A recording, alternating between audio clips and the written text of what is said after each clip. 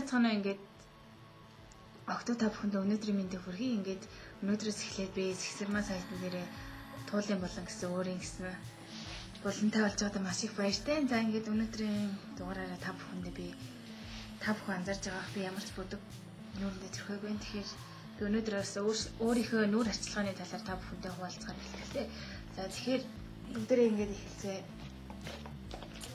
Миний сүүлийн үед гарнарын бүтээгдэхүүнүүдийг би айгүй хэрэглэх туртай болоод байна л да.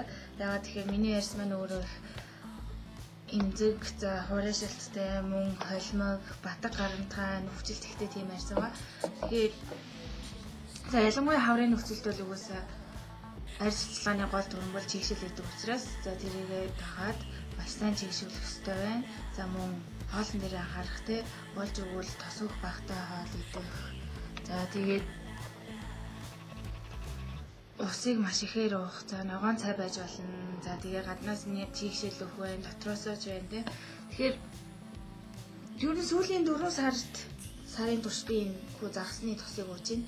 Тэгэхээр миний сая 11 сарын сүүлийг хүртэл арьс маань ерөнхийдөө маш их батгшилттай байсан. Яагаад тэгэхээр за нэг би өөрөө халуун ногоотой хоол их идэх туртай. Хоёрдугаар бас тамхи татдаг байсантай холбоотой. За би тамхи татгаа болсон. Тэгээд олон ингээд арьсчилгааны зөвлөмжүүдийг уншиж байхад бол ерөөсөө л 8-1 арьсыг гоё ялгах, уяатан, цагаан байлгах хүчин зүйл ерөөсөө л ус юм билээ. Өдөрт дор хаяж 2 литр ус уух юм уу, ногоон цай уух. Тэрнээс жуус болон кофе, за бусад хийж усан ундаг бол уус нь тооцдгүй юм билээ. Тэгэхээр миний хамгийн сүүлд авсан энэ хүү хоёр бүтээгдэхүүн нь л да би энэ өмнө нас энэ гарнарын ягаан сарнаатай энэ санаа амттай хэрэгжилсэн энэ удаад энэ жимсний амттай энэ ургамлаас гаргаж ирсэн тосоогоо тос нь бол ерөөсөө өдөр орой гэсэн өдөр орой би төрөх байгаа. Тос нь усан сууртай учраас ерөөсөө арсны гадрах дээр тийм тосон тийм бүрхөвч үүсдэггүй юм байлээ. За мөн энэ хүү чигшүүлэх чинь айгу сайн маш сайн чигшүүлдэг юм байлээ. Тэгэхээр би та бүхэн түрүүн бас хэлсэн арсны чигшилт бол хамгийн чухал. За тэгээд мөн маскын 7 хоногт би 2 удаа энэ хүү маскыг тавьдаг байгаа. За 3 өдөр болон хагас өдөр тавьдаг. Та бүхэн ч гэсэн бас өөрсдийн хуваар гаргаж болно шүү дээ. За тэгээд мэдээж батхны энэ хоёр бүтээгдэхүүн байна. Бас гарнарын энэ чинь нэг нь 13 мянган төгрөгийн дэлгүүрийн нэг давхар зарагдсан юм байлээ. Тэгэхээр энэ болохоор яг ингээд яралтай гарсан тийм уг улаан өвчтэй батхан дээр төрхдөг, орой төрхгээд унтахдаг, өглөө нь ямар ч гэсэн өвчин арилждаг, 2 өдрөө төрхөд яг найдвартай хатаад юм байлээ. За энэ болохоор ерөнхийдөө чигшүүлдэг, за мөн батханы эсрэг арьс туслахтаас хамгаалдаг, маш хурдан шингэдэг юм.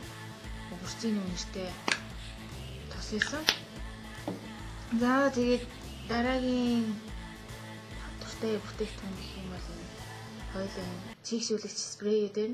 Тэгэхээр манай нөхцөлд бол Улаанбаатарт бол Японы дэлгүүрүүдэд иймэрхүү чигшүүлэгч спрей зарагддаг. Гэхдээ яг миний арьс бол өөрөө юм холимог ус тослог учраас яг тэрэнд таардаггүй мэлээ. Тийм учраас юм дан усан суртай сонгосон. Энийг гой сайханчид бол амьд ус гэж нэрлэдэг юм лээ. Энд чинь 13 мянган төгрөгийн үнэтэй. За энэ чинь болохоор 6 луу 7 мянган төгрөгийн үнэтэй авч ирсэн юм байна.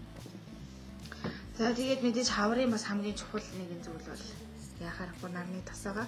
Тэгэхээр хаашаа зарсан охтууд ер нь зөвхөн охтууд ч ихгүй хөвгүүд ч ер нь хаашаа зарсан нарны тосыг байнга хэрэглэж занших хэрэгтэй. За ялангуяа зөвхөн нүүр бишээс гар байна, хүзүү байна те. Ингээд өдөр бүр төрснээр одоо нэг таадлахгүй байна. Хоёр дээр нар салхинаас хамгаална. Урав нүүрэн дээр нүсээ тул гүйсгүй гэдэг юм лээ. За тэгээ болж өгвөл мэдээж SPF өндөртэйг нь авч явах хэрэгтэй. Ялангуяа манай нөхцөлд бол бас нэлийн уур амьсгал маань ширүү учраас шүү дээ. За ингээд дараагийн хамгийн сүүлийн маань бас нэг хэрэглэж байгаа юм бол энэ нүдний тусаагаар энэ хүн нүдний тусаагаар нүд улаалтаас сэргийлдэг. За ялангуяа одоо сүүлийн үед энэ цаг агарын бадлаас болоод гадаа их шороотой, шуурхтай нүд рүү шороо их орж шүү дээ. Тэгэхээр иймэрхүү тусаагуурууд нь бас зөвхөн чинь заавалжгүй зайлшгүй байх хэрэгтэй зүйлүүдийн нэг ах. Ястай тэгэхээр ялангуяа удаан компьютерийн урд суудаг, гадуур их явж байгаа нөхцөлд бол нүд заавал аргаж идэг. Тийм учраас иймэрхүү бас тусаагууруудаар нүдээ чигшүүлж өгөх хэрэгтэй юм байна. За ингээд өнөөдрийн маань бэлтгэсэн арьс цэцлэгийнхаа тухай та бүхэндээ хуваалцаад дуусчлаа. Ингээд За нэмж хэлэхэд ер нь бол арьсаа цэвэрхэн өнгөлөг байлгал гэх юм бол ерөөсөө тамхи татахгүй байх хэрэгтэй. Тэгэхээр би ч гэсэн өөрөө тамхи татдаг байсан, маш их батхтай байсан. Тэгээд тамхи татгаа болоод ингээд дан чийгшүүлэгч төрлийн тоснууд хэрэглээд ихснээс шиг ингээд арьс маань ерөнхийдөө маш гайг болж байна. Хэдийн нөхцөлт нь арилахгүй хэдий ч ерөнхий суур өнгө нь бол цайраа юм байгаа. За ингээд дараагийн дугаар хүртлээр баяртай. Та бүхэн ч гэсэн бас өөрсдийнхээ ярилцмаар байгаа сэдвээр комент үлдээж болно. За тэгээд бид бүхэн цаашдаа ингээд хөрвүүлээд та бүхэндээ сурсан мэдсэний хуваалцаж авах болно. За ингээд дараагийн дугаар хүртлээр баяртай.